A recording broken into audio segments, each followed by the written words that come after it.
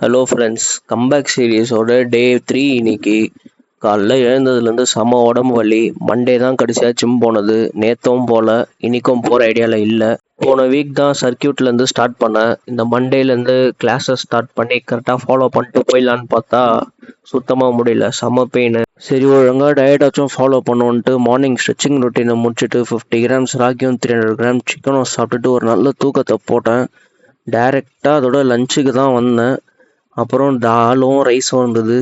கூட வெஜிடபிள்ஸ் வச்சு ஒரு ஆம்லேட்டை சாப்பிட்டு முடிச்சுட்டு திரும்ப ஒரு 1 hour தூங்கிட்டு ஈவினிங் ஆன அப்புறம் ஒரு பனானாவும் ஒரு ஸ்கூப்வே எடுத்துட்டு கார்டியோ பண்ண போயிட்டேன்.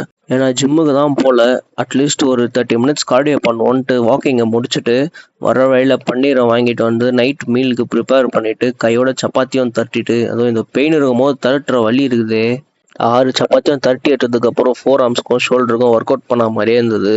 அப்புறம் நைட் மீலுக்கு இந்த பன்னீரையும் சப்பாத்தியும் சாப்பிட்டு இன்னைக்கு டேவை கம்ப்ளீட் பண்ணிட்டேன் ஃப்ரெண்ட்ஸ்.